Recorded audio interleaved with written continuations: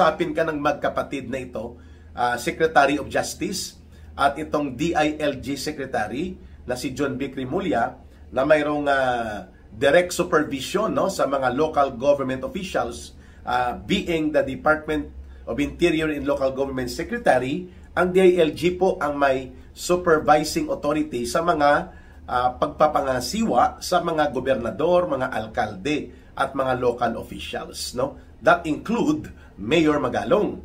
So kinausap pala ito ayon sa ating source na nanggagaling mismo sa loob ng Malacanang, at hindi po nagustuhan ni Mayor Magalong ang pahiwatig nila Boying Rimulya ng DOJ at ni John B. Crimolia na kapatid nito ng DILG na tututukan lang ang mga ginawa na kasindikatuhan ni Saldico. Meaning, out dyan si Romualdez, out din si Marcos. Ayun!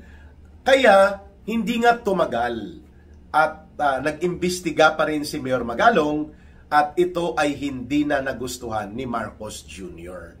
Kaya lumabas po itong hinahanapan nila ng pamamaraan kung paano ihuhulog si Mayor Magalong at mapa-out at hindi na nila makokontrol ang kanyang galaw sa loob nitong so-called investigation body nila. Mayroon po tayong natanggap na ulat balita, limited reliable source lang po ito, na tinabla at hindi sinipot ni Mayor Magalong ang ipinatawag na pagpupulong sa kanya ni Marcos Jr. sa Malacanang. Ayan. Ang sagot ni Mayor Magalong doon po sa emisaryo, para ano pa, nag-resign na ako. Wala nang dahilan para ako ay ipatawag pa sa Malacanang. Yan daw po ang naging katugunan ni Mayor Magalong.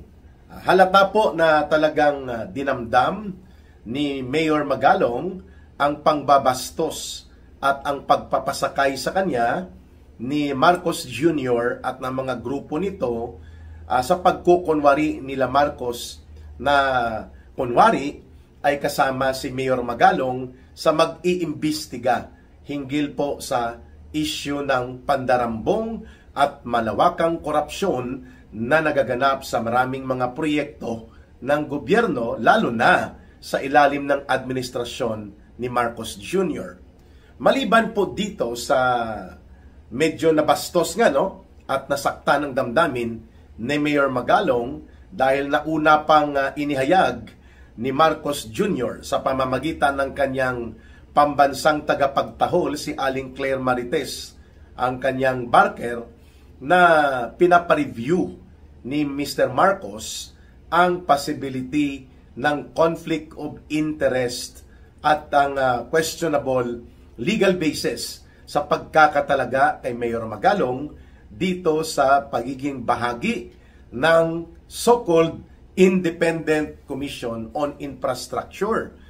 From the very start po, dapat alam ito ni Marcos. Very elementary law procedure po yan sa mga naglilingkod sa gobyerno. And besides, nandyan po ang kanyang executive secretary, ang kanang kamay niya, na kasakasama niya dyan halos araw-araw sa palasyo ng Malacanang at naging Chief Justice of the Supreme Court, itong si Lucas Bersamin. Bakit hindi niya in-advise si Marcos Jr. na kung maari tingnan muna ang legalidad hinggil sa pagkakatalaga ni Mayor Magalong dito sa pagiging bahagi ng Independent Commission for Infrastructure, sapagkat si Mayor Magalong bilang alkalde ng Baguio City is an elected public official. At sa ilalim ng saligang batas at mismo sa local government code ay hindi po pinapahintulutan na ang isang elected public official na nasa elective position, meaning to say, ikaw po ay inihahalal ng taong bayan, bawal ka po mabigyan ng iba pang posisyon sa gobyerno sapagkat yan ay mahuhulog sa conflict of interest. Ngayon, Alam ito ni Lucas Bersamin. At alam din niya ni Marcos, most likely, nangonsulta din ito kay Lucas Bersamin. Pero, sabi niya, pasakayin na natin muna si Magalong at nang sa ganun, tumahimik. Dahil nga, naging kritiko si Mayor Magalong ng maraming mga katiwalian na sumasabog, lalo na ang pandarambong sa flood control projects na kanyang pinupuna to the point na pinangalanan nga niya na dito bumabalik sa gang o sa sindikato sa House of Representatives na walang ibang namumuno kundi si Martin Romualdez, na siya din po ang co-chief architect ni Marcos kung bakit nangyayari at nangyari ang pandarambong. So para tumahimik si Mayor Magalong, ang gimmick ni Marcos ay i-manage siya. At para hindi siya makaatake, pinapasok siya sa bitag na alam ni Marcos at nila Lucas Bersamin na may konflikto sa batas. At ito na nga, tumahimik si Mayor Magalong at hindi na siya nagsalita against the government at hindi na siya nag-pursue ng kanyang mga posisyon hinggil sa kasindikatuhan sa budget. Lalo na ang mga maniobrahan ng kriminal na pagpapalusot at pangsindikato na ginagawa sa House of Representatives under the leadership of Martin Romualdez. Kaya na-control sa loob po ng halos 2 linggo, na-control si Mayor Magalong at hindi po siya sumama doon sa malawakan na panawagang pagbangon at pagtuligsa laban sa korupsyon. Nag-epektibo po ang ganong style ni Marcos. Subalit ng mukhang may nakakapansin na hinggil dito sa paglabag sa batas at hindi makokontrol si Mayor Magalong sapagkat kahit na siya ay pinakiusapan na ni Boying Rimulya ayon sa source at ni John Vic Rimulya na ang investigasyon ay hanggang doon lang sa mga ginawa at involvement ni Saldico at mga kasabwat niya, out dito si Speaker Martin Romualdez. Ayun!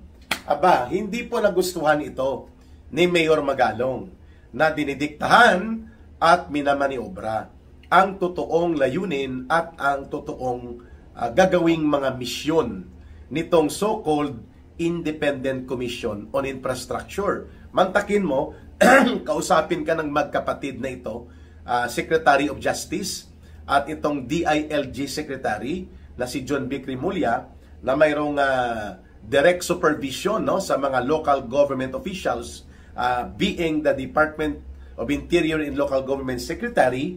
Ang DILG po ang may supervising authority sa mga pagpapangasiwa sa mga gobernador, mga alkalde at mga local officials, that include Mayor Magalong. So kinausap pala ito ayon sa ating source na nanggagaling mismo sa loob ng Malacanang at hindi po nagustuhan ni Mayor Magalong ang pahiwatig nila Boying Rimulya ng DOJ at ni John Vic Rimulya na kapatid nito ng DILG na tututukan lang ang mga ginawa na kasindikatuhan ni Saldico, meaning out dyan si Romualdez, out din si Marcos. Ayun! Kaya hindi nga tumagal at nag-imbestiga pa rin si Mayor Magalong at ito ay hindi na nagustuhan ni Marcos Jr. Kaya lumabas po itong hinahanapan nila ng pamamaraan kung paano ihuhulog si Mayor Magalong at mapa-out at hindi na nila makokontrol ang kanyang galaw sa loob nitong so-called investigation body nila. Ay lumabas po itong statement mula sa Malacanang sa pamamagitan ng pambansang Marites ni Marcos, ang kanyang tagapagtahol na si Aling Claire Marites, na pinapacheck ng Pangulo ni Marcos Jr. daw ang legal basis kung wala bang conflict of interest at walang nalabag na batas sa pagkakatalaga kay Mayor Magalong. In spite na siya ay aktibong elected official pa bilang Baguio City Mayor. Wow! Doon po nasaktan ang pride at ang personal na values nito ni Mayor Magalong dahil parang sinasabi na you're out without telling you to go out, So, hindi direkta, subalit nabastos at nainsulto si Mayor Magalong. Kaya ito, inunahan niya ng pagpapaabot ng resignation letter sa Malacanang kay Marcos. At dahil dyan, mukhang naging kontrobersyal tuloy ang balak na pasimplihan lang na ilaglag at paalisin na si Mayor Magalong dito sa investigative body na ito. At kung kaya, to the rescue si Marcos again, akala niya bubulatikin niya si Magalong, pinatawag niya sa meeting sa palasyo sa Malacanang. Tinabla siya ni Mayor Magalong. Sabi ni Mayor Magalong, ano pa ang dahilan at ano pa ang aking gagawin dyan kung ako ay nag-resign na. Hindi siya sumipot, si Mayor Magalong, dito po sa patawag ni Marcos Jr. na pagpupulong. Tama nga talaga naman ang mga sinasabi ng nakakakilala kay Marcos Jr. na ito ang taong walang isang salita. Mambubudol, manipulator, at manloloko. Mambubudol, scheming, manloloko, deceiving. At ang isa pa, yung walang isang salita, sinungaling. Kaya yan mismo ang naranasan ni Manong Governor Chavit Singson. Yan din po ang naranasan ng maraming mga naging katuwang, tumulong sa kanya, even si Vice President Sara Duterte. Naranasan niya po direkta ang pagiging manloloko, mambubudol, at walang isang salita na pagkatao ni Marcos Jr. At direktang naranasan din po yan ni Mayor Magalong na binudol-budol nila. Ayan, ang problema nila ngayon, lumalaban at hindi tumahimik si Mayor Magalong. At kanyang isinisiwalat sa mga interviews at sa mga pagkakaroon niya ng public platform na talagang nakikita niya kung paano dinodoktor, dinadaya ang mga dokumento sa panahon na naglulunsad ng investigation, allegedly, itong tinatawag na investigative body ni Marcos. Kaya, hindi rin po katakataka na ganito rin po ang ginawa ni Marcos kina Itbulaga Tito Soto at kina Ping Lacson. Kung bakit ang investigasyon na sumasabog ay pilit kinokontrol ng kapag nandyan po si Boying Rimulya, nandyan po sila Boy Lovender, Erwin Tulfo, at pati po lalo na si Ping Lacson at si Tito Soto, pilit nilang inililihis, pilit nilang pinapapunta at nililimitahan papunta lamang kay Saldico at mga kasabwat nila ang mga sinasabi po na pagsambulat ng revelations na ito. Kaya nanggagalaiti si Boying Rimulya at ganoon din po si Itbulaga, Senador Tito Soto, at itong si Ping Lacson kung bakit nakalusot ang dating sundalo ng Philippine Marines sa Armed Forces of the Philippines na si Sergeant Gutesa na naging surprise witness na hindi nila na-control. So similarly, nagpapatotoo po ang ganitong pangingialam nila John Vic Rimulya, nila Boying Rimulya sa proseso ng investigasyon kasi yan din po ang umabot na impormasyon sa atin na pati si Mayor Magalong ay kinausap ni Boying Rimulya at ni John Vic Rimulya ayon sa ating source at siya ay sinabihan na ang ating investigasyon dito ay nakapokus sa Sakay Saldico at sa kanyang mga galamay at mga naging kasabwat. Pero out dyan sa usapin na yan si Speaker Martin Romualdez sapagkat siya nga ang tumutulong na maimbestigahan si Saldico. Yan ang approach kay Mayor Magalong. Wow! So, alam na yun ay mga statement of scheming and maneuvering on the part ni Marcos na ipinababa at sa part ni Romualdez mismo na ibinaba kay Mayor Magalong. Hindi naman po bobo si Mayor Magalong para hindi niya maintindihan na hanggang kay Saldico ka lang. So doon pa lang po medyo barado na sa lalamunan ni Mayor Magalong itong mga ginawa na approach. Kung ito ay totoo, mukhang totoo ito. Let's wait for Mayor Magalong to reveal by himself kung ano po ang mga iba pang mga nakuha niyang katotohanan na hindi pala talaga tunay na may layunin na mabuti ang misyon ni Bongbong Marcos Jr. sa pagbubuo ng kunwa-kunwariang investigative body niya. When you do evil things and when you cover up it with seemingly appearing to be doing good, but the motive is to sustain ang ginawa mong karumal-dumal na mga krimen, hindi po tatagal hahanap ng pamamaraan na ito ay sisingaw. There is always a way for truth to come out. At ito na nga, to the rescue muli si Marcos, no? Sabi ko nga, hindi siya sinipot ni Mayor Magalong sa kanyang patawag na pagpupulong muli kay Mayor Magalong.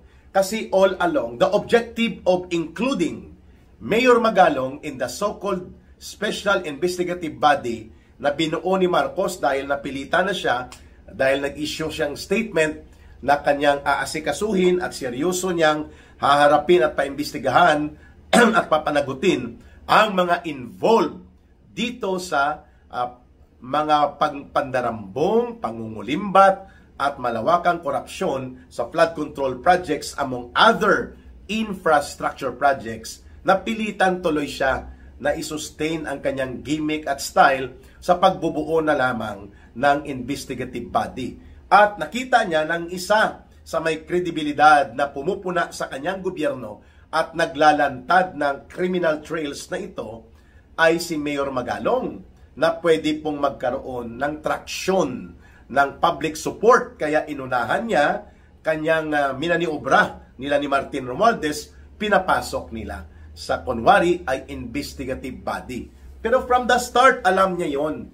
Sa kapag hindi yan gagawa si Marcos ng mga hakbang na hindi niya kinukonsulta dito sa asawa niya, na abogada din, na pakialamera pa, at dito kay Lolo Lucas Bersamin. Kaya niya kinuha yan dahil Supreme Court Chief Justice yan dati. And syempre si Manong Johnny Enrile, dahil sa edad niya, hindi na yata yan masyadong kinukonsulta pa ni Marcos Jr., no?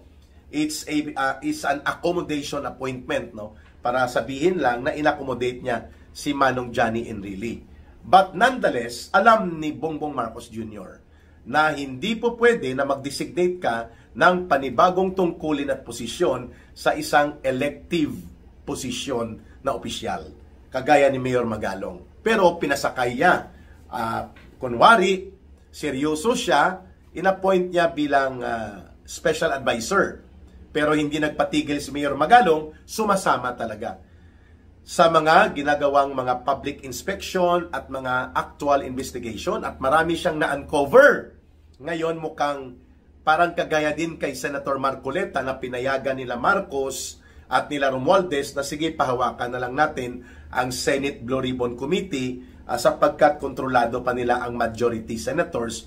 So balit, kinausap niya rin si Marcoleta, at doon sa pag-uusap ay kunwari sinabi niya, sige Manong, mag-imbestiga po kayo at susuportahan ko kayo.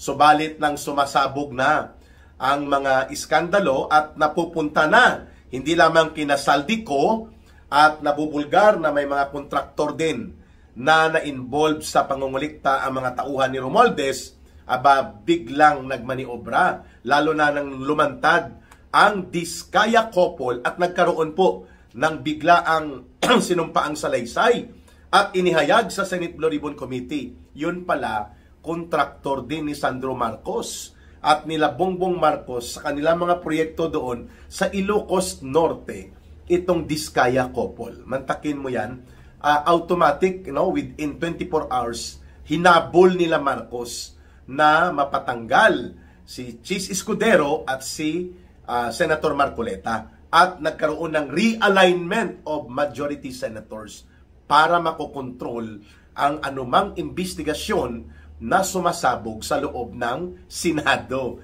Ganyan na ganyan po ang maniobra ni Marcos at nila Romualdez, and even ang isang calibrated na kunwari ang resignation bilang Speaker of the House ni Romualdez, mga damage control po yan ni Marcos. Sapagkat ako po ay naniniwala na tumutugma sa katotohanan ang isinisiwalat ni Manong Governor Chavit Singson na ang punong kriminal na mastermind sa flood control projects, walang iba si Marcos at ang kanyang major conspirator, si Romualdez. Sila Saldico at iba pa na mga nai-involve dito at nagkakaroon ng pagsisiwalat, kagaya ng mga kriminal na mga kasabwat ni Saldico na mga kongresista sa Big Six gang nila ni Romualdez, yung kriminal na mga sindikato sa DPWH at mga kriminal at sindikato na contractors, lahat po ito ay mga actors lamang in the big game of plunder and massive corruption, na ang nagpasimuno at kumumpas nito overall, walang iba si Marcos at Romualdez. Mukhang natutumbok at papunta doon ang ginagawang mga investigation ni Mayor Magalong at hindi makokontrol ni Marcos, sasambulat at sasambulat talaga na aabutin pati si Martin Romualdez. At kapag inabot na si Martin Romualdez, aabutan na rin po si Marcos Jr. And that is the reason na pinaputok itong kunwari may kontrobersya at legal infirmities sa pagkaka-appoint kay Mayor Magalong dahil may conflict of interest at mayroong provision ng batas na nilabag sa saligang batas at sa local government code na all along alam natin. Alam ito nila Marcos. Pero it was a trap. It was not a trust. Trap po yun ni Marcos, no? Ngunit hindi po lubusang nabitag si Mayor Magalong sapagkat siya po ay umalis, nagtender ng resignation at ngayon tinatabla niya na muli si Marcos Jr. to the point na hindi niya sinipot ang pagpupulong sa Malacanang at ngayon po ay nabubulgar ang mga maniobra ng magkapatid na John Vic at Boying Rimulya. On him na malimitahan at mapokus lang hinggil dito sa kay Saldico. The pattern of cover-up, the pattern of maneuver para lituhin, linlangin at lokohin ang mga mamamayan na siyang katangian mismo ng panggobyerno ni Marcos at ng kanyang pinsan na si Romualdez are very imminent and pronounced sa nangyaring karanasan ni Mayor Magalong. Ayan! Magbabalik po ang ating video analysis, no, sa mga impormasyong sumasabog at kumakalat, pati po itong Aguado Residence, ang kalye ng korupsyon papuntang palasyo. Pag-uusapan din po natin yan. And then may kumakalat na panawagan na Marines versus corruption. Mga magagandang topic yan na pag-uusapan sa ating video analysis and video sharing with Ka Eric. Sa lahat po ng gustong tumulong at magsuporta sa ating advocacy for Bangon Sambayanan, sa ating organizing, sa ating campaign, and sa ating mga future mobilization, please support our team, Bangon Sambayanan, sa pamamagitan po ng inyong voluntary support sa 0916-308-7710. GCash number po yan, at the same time line, para po kay Langging or Ruhilda Celis, ang aking asawa. Again, ang numero po niya, sa gustong tumulong voluntarily, out of your sincerity, sa ating advokasya, Bangon Sambayanan, at ibangon ang dangal ng bansang Pilipinas, you can contact and you can send your support sa 0916-308-7710. Mabuhay ang sambayanang Pilipino! At mahalin natin palagi ang bansang Pilipinas sapagkat walang ibang magmamahal nito kundi tayo ring mga Pilipino.